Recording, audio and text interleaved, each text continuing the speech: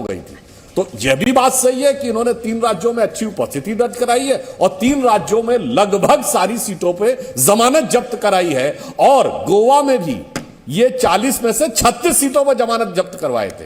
तो जमानत जब्त करवाने का भी रिकॉर्ड है। 4 राज्यों में ये कह रहे हैं 6% वोट प्राप्त किया है, 4 राज्यों में इन्होंने लगभग सारी सीटों पर जमानत जब्त करने का भी रिकॉर्ड किया है। तो मैं कहूंगा ये नई पार्टी है, पर नई नवेली पार्टी है, अजब अलबेली पार्टी है, जो कि क्या कहती है और क्या करती है। गुजरात में उदाहरण देखिए, इनके प्रदेश अध्यक्ष गोपाल इटालिया कहते हैं कि मंदिर नहीं जाना चाहिए, मंदिर शोषण के केंद्र हैं, और देवी देवताओं पर चढ़ावा मत चढ़ाइए, कथाओं वाचकों के पास मत जाइए। और राष्ट्रीय अध्यक्ष यानी राष्ट्रीय संयोजक इनके केजरीवाल जी सुबेरे कहते हैं कि ये ट्वीट करके कि मैं 11 बजे बड़ी महत्वपूर्ण प्रेस कॉन्फ्रेंस करूंगा, और वो कहते हैं भगवान गणेश और लक्ष्मी का स्थान नोट पर लाइए। मतलब गजब है। एक बात प्रदेश अध्यक्ष ये चेहरा दिखाता, राष्ट्रीय अध्यक्ष ये चेहरा दिखाता है। तो इस दृष्टि से ये वाकई एक नई नवेली और अजब अलबेली पार्टी है, जो भारत की राजनीति में विश्वसनीयता के संकट के लिए एक पहेली बनी हुई पार्टी।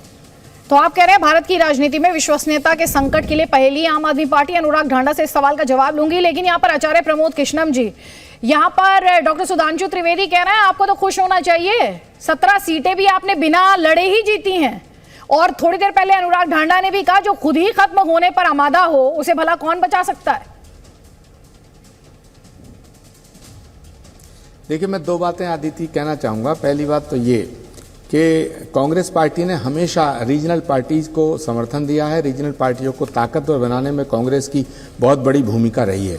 लेकिन अफसोस की बात यह है, विडंबना यह है कि जब जब वो रीजनल पार्टी, बिल्कुल सुधांशु जी की बात से मैं सहमत हूं कि पहली बार अरविंद केजरीवाल जी की सरकार को बनाने में कांग्रेस ने समर्थन दिया था, लिखित पढ़त में दिया था। और ऐसा ही काम हमने उत्तर प्रदेश में समाजवादी पार्टी को ताकतवर बनाने के लिए किया, ऐसा ही काम हमने बिहार में किया, ऐसा ही काम हमने तमिलनाडु, केरल, हर जगह किया है। लेकिन अफसोस की बात यह है कि रीजनल पार्टी को हम ताकत इसलिए देते रहे कि बीजेपी को रोका जाए। बीजेपी को रोकने के लिए कांग्रेस पार्टी ने हमेशा रीजनल पार्टी को ताकत दी, लेकिन जब रीजनल पार्टी ताकतवर हो जाती है तो वो अपना पहला दुश्मन बीजेपी को नहीं समझती, वो कांग्रेस को समझती है। और वो ये सोचती है कि कांग्रेस को जैसे जैसे खत्म करो और जो नॉन भाजपाई वोट है उस पर लीडरशिप करो। तो ये एक भाग्य की विडंबना कहो या लोकतंत्र का या राजनीति का आचार्य प्रमोद कृष्णम जी, दरअसल मैं इसी पॉइंट को उठाना चाहती हूँ। कुछ आंकड़े उस संदर्भ में देना चाहती हूँ। 36 सीटें जिनके बारे में मैंने पहले भी जिक्र किया, 36 सीटें ऐसी जहां पर आम आदमी पार्टी दूसरे नंबर पर रही। यहां पर इंपॉर्टेंट है, ट्रेडिशनल फाइट गुजरात में बीजेपी और कांग्रेस के बीच होती आई थी, लेकिन इस बार 36 सीटें करीब ऐसी जहां पर आम आदमी पार्टी जो थी नंबर 2 पर, और ज्यादातर सीटें ऐसी रही जहां दोनों पार्टियों के वोट अगर कंबाइन हो जाते, मिल जाते, तो बीजेपी से कहीं ज्यादा ये नंबर हो जाता। आचार्य प्रमोद कृष्णम जी, क्या इसका ये मतलब नहीं कि जहां जहां आम आदमी पार्टी मजबूत होगी वहां वहां कांग्रेस सिमटती चली जाएगी? हमने एमसीडी में ये होते हुए देखा, आम आदमी पार्टी मजबूत हुई, कांग्रेस साफ होने लगी। गुजरात में हम ऐसा होते हुए देख रहे हैं। ये क्या आम आदमी पार्टी कांग्रेस की कॉस्ट पर, कांग्रेस की कीमत पर ग्रो नहीं कर रही है क्या? बिल्कुल आदित्य, आपका विश्लेषण एकदम ठीक है, सटीक है। तमाम राज्यों की रीजनल पार्टीज का जो जन्म है और जो उनका एक तरह से उत्थान है, वो कांग्रेस पार्टी के खात्मे की बुनियाद पर है। जहां जहां कांग्रेस कमजोर होती है वहां वहां ये बढ़ जाते हैं। और कांग्रेस पार्टी की विडंबना ये रही है, कांग्रेस पार्टी के अंदर ऐसे कुछ बहुत नेता हैं, ऐसे बहुत से नेता हैं जो कांग्रेस को मजबूत करने की बजाय रीजनल पार्टी को समर्थन दे देते हैं। इसीलिए ये सारी जो कवायद हो रही है, सारा जो संघर्ष है, रीजनल पार्टी का जो हमला है कांग्रेस पार्टी के ऊपर। नहीं आचार्य जी, आप ये बड़ी बात कह रहे हैं। कांग्रेस पार्टी के अंदर ऐसे बहुत सी बीमार, जरा खुलकर बताइए। कांग्रेस पार्टी के अंदर ऐसी बहुत बीमारियां हैं, ऐसी बहुत बीमारियां हैं जिनका इलाज करना पड़ेगा, जिनका इलाज किए बिना कांग्रेस ताकतवर नहीं हो सकती है।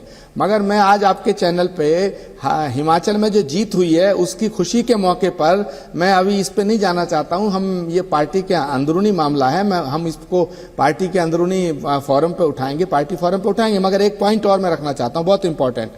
और वो अच्छा, पहले आप सुधांशु जी आपको जवाब देना चाह रहे हैं, उनका जवाब ले लीजिए। आचार्य जी, मैं वापस आपको मंच देती हूँ, पहले आप सुधांशु जी का जवाब ले लीजिए। सुधांशु जी। नहीं, मेरा एक सवाल, एक मैं अपनी बात कहना चाहता हूं, मेरा सिर्फ मेरा सवाल। चलिए ठीक है, बोल लीजिए।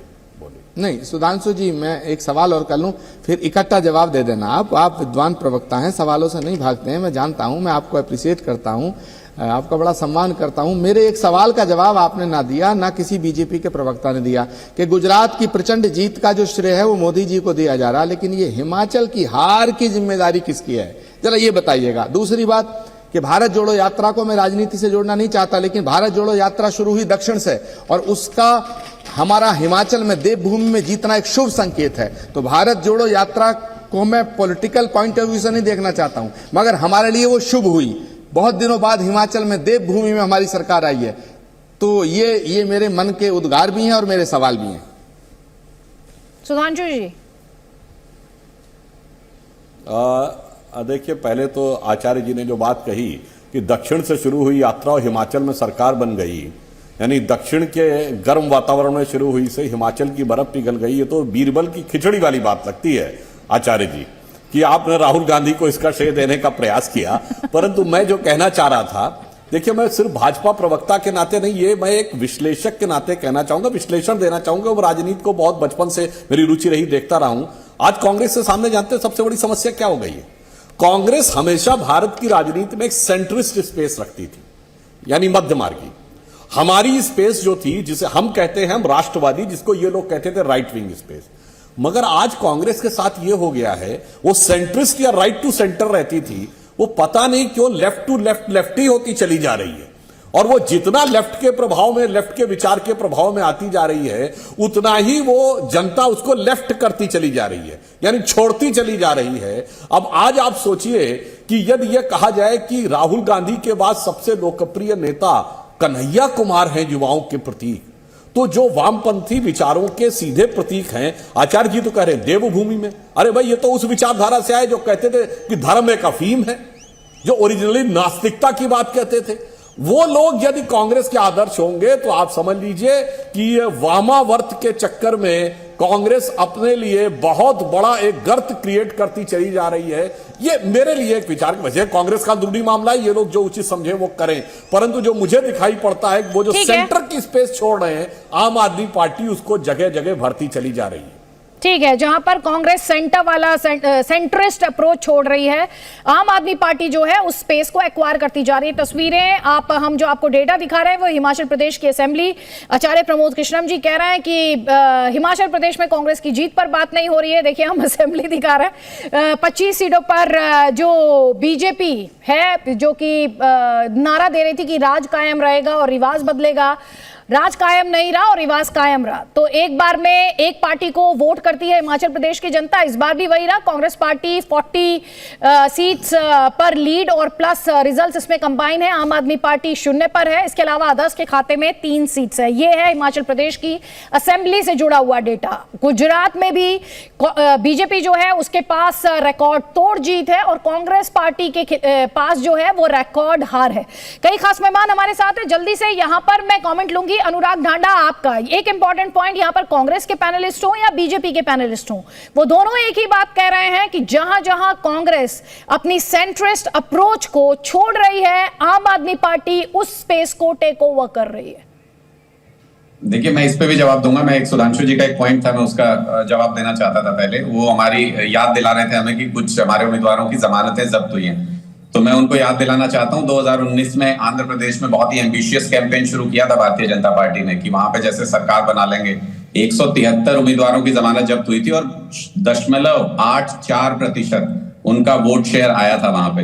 तो ये चुनाव में होता है, जहां पर आप एक एम्बिशियस कैंपेन लेकर के चलते हैं, कई जगह पर जनता आपके मैंडेट को एक्सेप्ट करती है, कई जगह पर रिजेक्ट करती है। ये सब पार्ट ऑफ गेम है। लेकिन सबसे बड़ी बात यहां पर यह है कि जो स्पेस फिल करने की बात कर रहे हैं, मैं आपको पहले भी इस पे बता चुका हूं, दोनों पार्टियों को खुश होने दीजिए ना। वो कह रहे हैं कि अब एमसीडी में हमने बीजेपी का स्पेस फिल कर दिया है और विधानसभा में कांग्रेस का स्पेस फिल कर दिया है, तो मुझे लगता है कि इनको खुश होने दीजिए कि स्पेस फिल कर रहे हैं। लेकिन ये बात आज के दिन में पूरे देश के अंदर, आप सोचिए, गुजरात के 40 लाख लोगों ने एक्सेप्ट कर लिया इस विचार को, जिसको ये कहा जाता है कि मोदी जी का गढ़ है, घर है, वहीं से आते हैं। पूरे जो 27 साल से भारतीय जनता पार्टी की विचारधारा वहां पर राज कर रही है, वहां पर 40 लाख लोगों ने हमारी विचारधारा को एक्सेप्ट कर लिया। उन्होंने इस विचार को एक्सेप्ट कर लिया कि देश की तरक्की हो सकती है स्कूल को, अस्पतालों को अच्छा बना करके।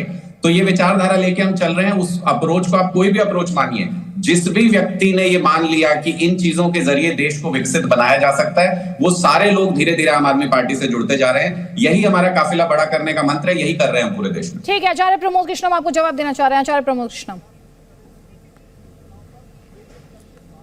देखिए अदिति, राजनीति में चुनाव लड़ने का सब पार्टियों को हक है और आम आदमी पार्टी अगर चुनाव लड़ रही है तो इसमें किसी को कोई बुरा मानने की बात नहीं। हमें तो बहुत अच्छा लगता है कि सब लड़ो चुनाव। ओवैसी जी की पार्टी भी चुनाव लड़ रही थी हर जगह, उनका भी क्या हाशिर हुआ गुजरात में। आम आदमी पार्टी चुनाव लड़ने वाली पार्टी है। दिल्ली से चल के उन्होंने गुजरात में चुनाव लड़ा, उत्तराखंड में भी लड़ा है, हिमाचल में भी लड़ा है, पंजाब में सरकार बनाई है, तो उसको हल्के में नहीं लेना चाहिए, मगर जो सच है उसको स्वीकार करना चाहिए। कभी कभी क्या, उत्तर प्रदेश में एक पीस पार्टी पैदा हुई थी कुछ दिनों पहले, वो चुनाव लड़ी तो उसे 7-8 सीट मिल गई, उसके बाद गायब हो गई। तो अगर आम आदमी पार्टी को गुजरात में कुछ परसेंटेज वोट का मिला है, उसको ये ना समझे आपके वो आपकी बहुत बड़ी विक्ट्री हो गई है। वो इसलिए मिला है क्योंकि अभी कांग्रेस के वहां का जो लोकल लीडरशिप थी, स्टेट की जो लीडरशिप थी, वो गायब थी, वो उसका कोई चेहरा नहीं था। और कांग्रेस ने जिन नेताओं को गुजरात के चुनाव लड़ाने की जिम्मेदारी दी, वो अपने चुनाव लड़ाने से ज्यादा अपनी कुर्सी बचाने में लगे हुए थे। तो सवाल इस बात का है, गुजरात में जो गुजरात के मतदाता हैं उन्हें एक कंफ्यूजन क्रिएट हो गया, और कंफ्यूजन क्रिएट होने में ये भी एक बहुत बड़ा रोल अदा किया इस बात ने कि भारत जोड़ो यात्रा गुजरात के किनारे से निकल रही है। भारत जोड़ो यात्रा जो है राहुल गांधी जी की, गुजरात के अंदर चुनाव है, वहां नहीं लाई जा रही है। तो लोगों में कंफ्यूजन ये क्रिएट हुआ कि कांग्रेस का नेतृत्व जो है गुजरात के चुनाव को सीरियसली नहीं ले रहा है। उसका फायदा आम आदमी पार्टी को मिला। आचार्य प्रमोद कृष्णम जी, ये आप ही की पार्टी ने क्रिएट किया, ये तो आम आदमी पार्टी है, बीजेपी तो ये हमेशा नहीं रहेगा ना। ये तो अब ज्यादातर प्रदेशों में होता जा रहा है आचार्य जी। ये कंफ्यूजन हमेशा नहीं रहेगा। इस कंफ्यूजन को कांग्रेस लीडरशिप खत्म हो रही है तो उसका ठीकरा दूसरे के सिर पे तो मत फोड़िए कम से कम। बाकी अगर कोई पार्टी अपना विस्तार कर रही है, चलिए सुधांशु जी कमेंट करना चाह रहे हैं यहाँ पर, उनका इंटरवेंशन ले लीजिए। सुधांशु जी। अदिति जी 5 सेकंड। अदिति जी, मैं ठीक है आचार्य जी 5 सेकंड में बात पूरी कर लीजिए, उसके बाद सुधांशु जी। राजनीति में रहने का मतलब ये नहीं है, हाँ, राजनीति में रहने का मतलब ये बिल्कुल नहीं है कि हमेशा झूठी बोलो, सच को स्वीकार भी करना चाहिए। हाँ, मैं खुले दिल से स्वीकार कर रहा हूँ कि गुजरात में हमारी हार हुई है। नहीं प्रमोद कृष्णन जी, आप तो खुले दिल से स्वीकार कर रहे हैं कि आपकी पार्टी स्वीकार कर रही है, कि आपकी पार्टी की टॉप लीडरशिप स्वीकार कर रही है, ये सवाल होगा सर, सवाल ये होगा।